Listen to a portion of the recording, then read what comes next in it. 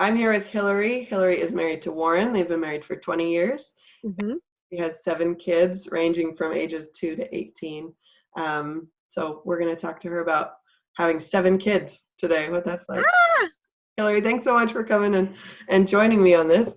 Oh, I'm so happy to be on here. I just think what you're doing is so incredible. I'm honored to be on here to talk with you today. Fine. Hillary has a website, a blog, and a podcast, and an Instagram account. We'll talk about those in just a few minutes. But first, I want to talk just mom stuff for a second. So first of all, you have 7 kids with a really large age span. Those are a lot of differing needs. And so I'm wondering, Mm-hmm. how have you learned to kind of target those different ages? I'm sure there's a certain amount of like parenting older and parenting younger, some kids that has to happen. So how have you kind of worked through that over the years to make sure you're meeting different needs? Meeting all the needs. Okay, so that's kind of the craziest thing about being a mom of 7 with teenagers and babies at the same time. That I think especially when I had number 7 and he was, I mean, on one hand, it's kind of dreamy to have a baby when you have a teenager to help you in the house, right? Because you're like, here, hold this baby. I need to make dinner. And then you go get that other brother to take care of that other one that's whining about something. And you can actually function, where when they were all little, it was just like, you're crazy. You're like, someone's crying, someone needs a diaper change, someone hit somebody else, and I'm about to burn the spaghetti dinner. Like, it's just a little bit hairy, right? Right. So in some ways, it's such a blessing to have this. So our spread is about every 2 to 3 years is about how they came. So it is a little bit crazy, but I can say that having a 2-year-old without a baby is kind of dreamy. Like, I mean, he's still a hard 2-year-old, but I'm enjoying his antics so much more than when I'm trying to nurse and like chase him around. And so that's been really kind of fun to be. So for us, entering that stage of kind of wrapping up the baby phase has been kind of cool. But it's really fun, but it's really cool. It's hard to be up super late with your teens and then up in the night with a baby and then up early in the morning. So I haven't figured out sleep. That's been the thing that's been suffering, I think, the most. Yeah.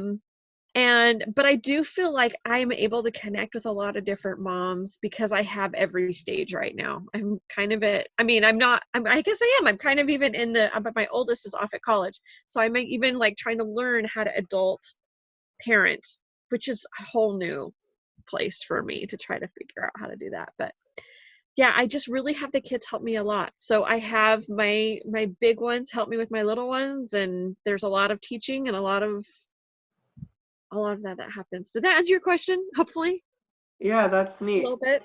And what great experience for those older kids to be involved in that. That's really Oh my goodness, my oldest is going to be the best mama. So tell me about that dynamic. You've always been adding another There's always been so, yeah.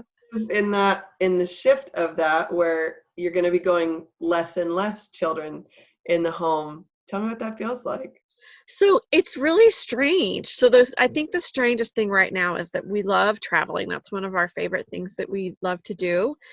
And it's weird to not travel with everybody. Like, this spring break is going to be our first time that we go on a trip without my oldest because she's at school. And it's like, well, do we wait and do this trip when she's here in the summer, but then she needs to work? Or do we just fly her out for a weekend of it? But then it's like, well, not really. Like, she can't really do that. And so we just have to keep living, which is really strange to just keep on going with just the 6, which just the 6 sounds kind of crazy because that's still a lot of kids, but it is different. It's weird to be thinking of her in a different place. And I think in some ways she feels a little left out of the fun things that we're still doing.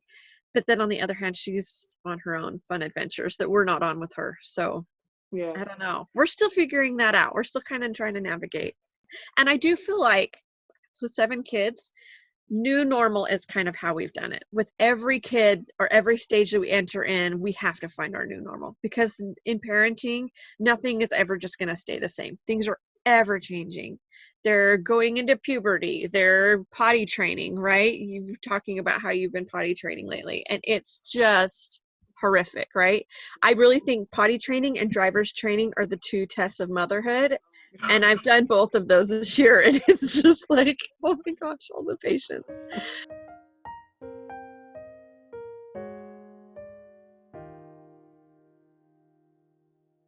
I've interviewed a couple empty nesters, and I've heard a few times someone say, now that they've left the house, I can see where the holes were. Mm-hmm. Teach finances well enough, and we're kind of trying to backtrack and figure that out now that they've left the home.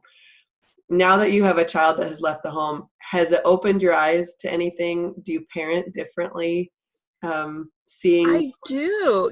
I think having a big family in general, that's tricky, because a lot of times I think that we have taught our kids these things, but I realize either the other ones were really little or they maybe weren't even born yet. And so they haven't heard it. So that's kind of or even trips that we've gone on. Oh, wait, you never did go on that trip. You were either like super tiny and don't remember, or you didn't go with us. So I guess we need to go again. We need to go learn.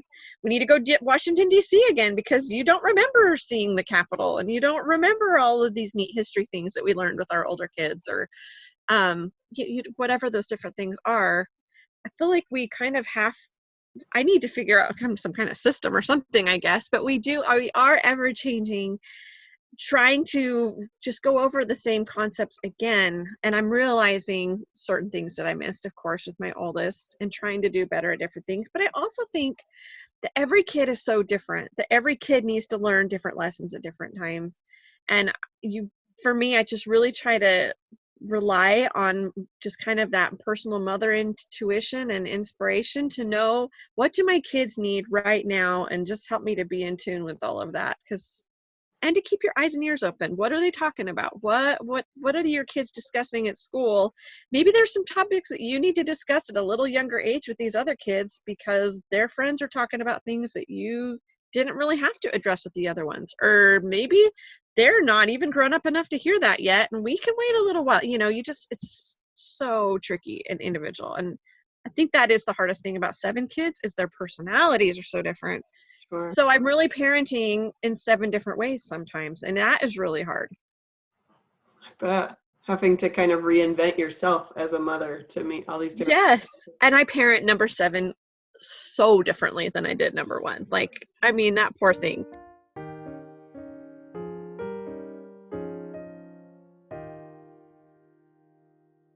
Before we move on to more of your blog and your platform, tell me, what are you loving about being a mom right now?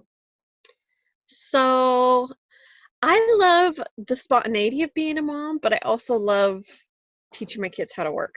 I mean, it's not always very fun, I guess. So I don't know if I love it, but I love when they have figured out how to do that. I love that I can tell my kids, here are your things, and they can clean the house. And it's like, we can all be doing more fun things in our life. I don't know. Does that make any sense?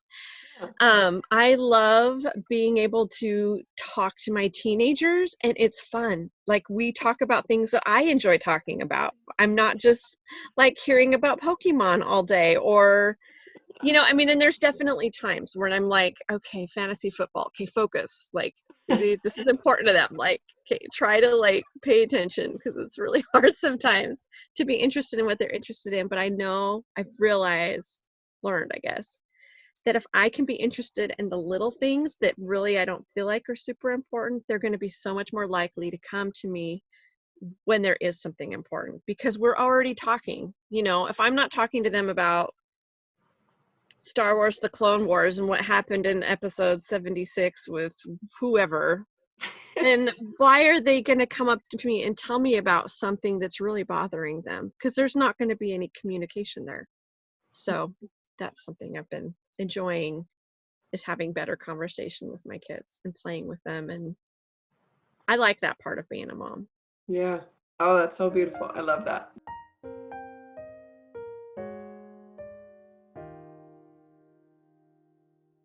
Okay, so you have a blog, you have a podcast, and you have an Instagram.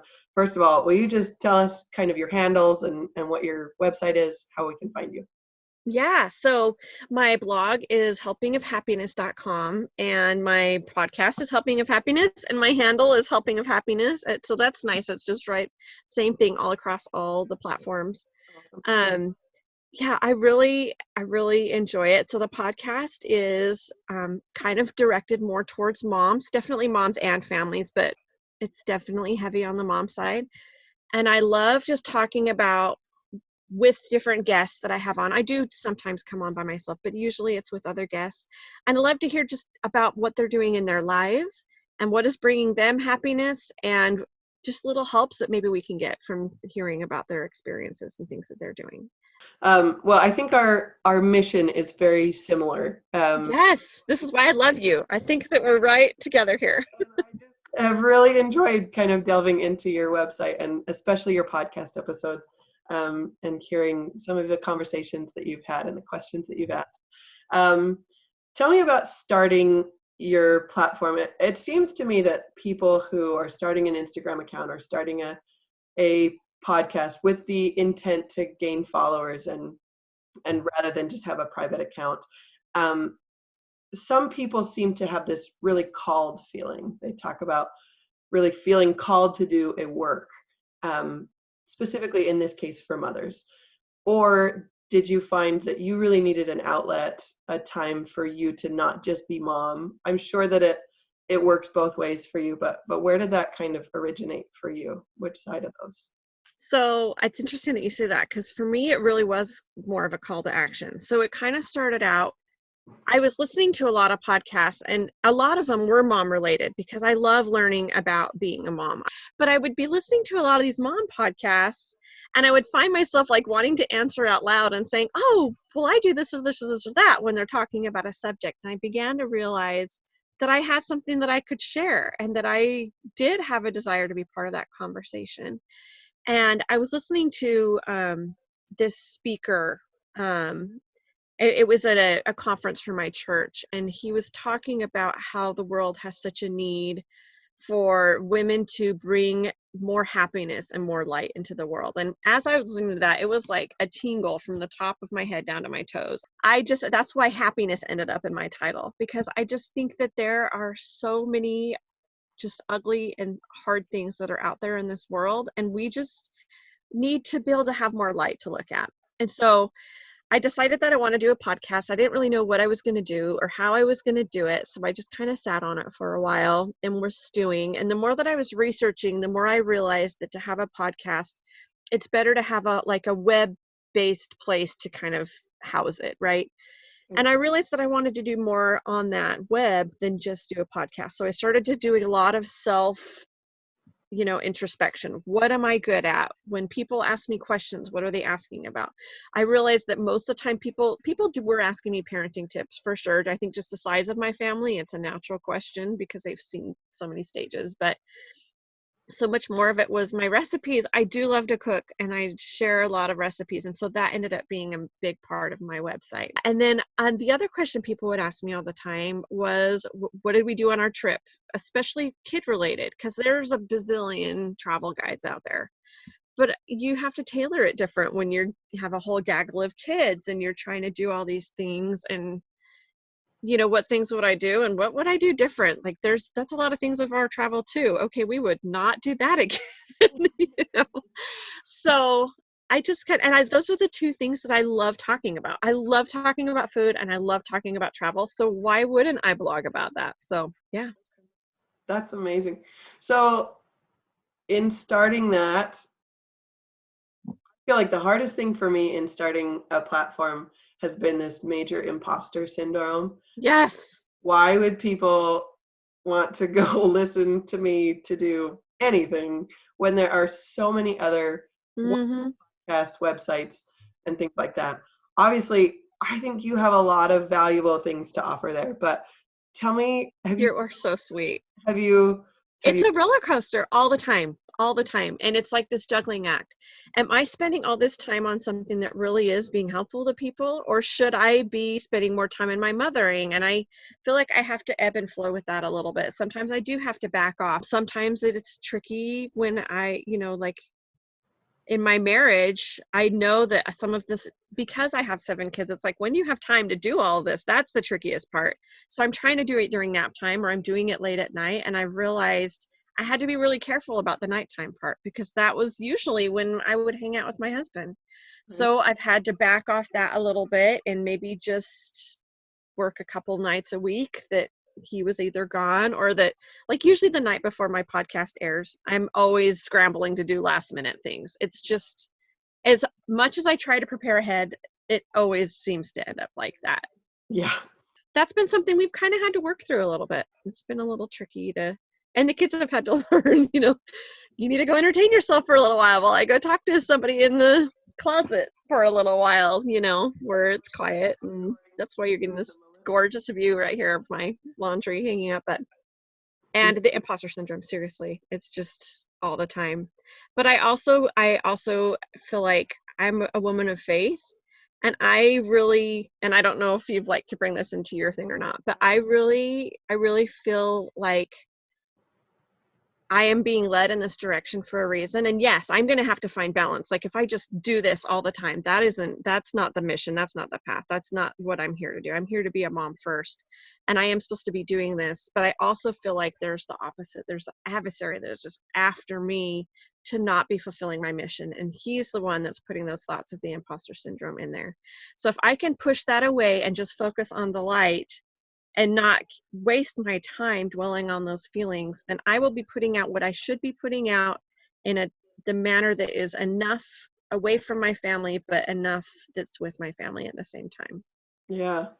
Oh, I can so relate to that. It's the hardest part for sure. So, okay, final question. How has your family benefited from you starting this endeavor? I think it has taught them how much I value work, and how much I value creation, and how much I feel like, even though I'm just a mom, that I can still do things, and I can still have interests, and I can still be learning things from other people. And that it's important for them to learn that, yeah, it's okay that mom does some work sometimes, because I feel like I had a lot of mom guilt like that with that when I had younger kids. I'm also teach piano lessons, so I always had all this guilt that I was teaching piano while they were home. And it wasn't until a couple years ago that I realized that maybe that's really good for them to see that, sometimes you do have to hustle a little bit to provide the things that the family wants, and that's okay. And I still can be home with them. I'm so blessed that I have a job where I can work from home. And maybe they really do get a front seat to see that it's not always the mom with the kids and the dad the provider. Like, you all have to kind of make things work in this day and age. And so I don't know, but I also want them to see that once we get the work done, we can have a lot of fun. And I think that that's really important for them to see too.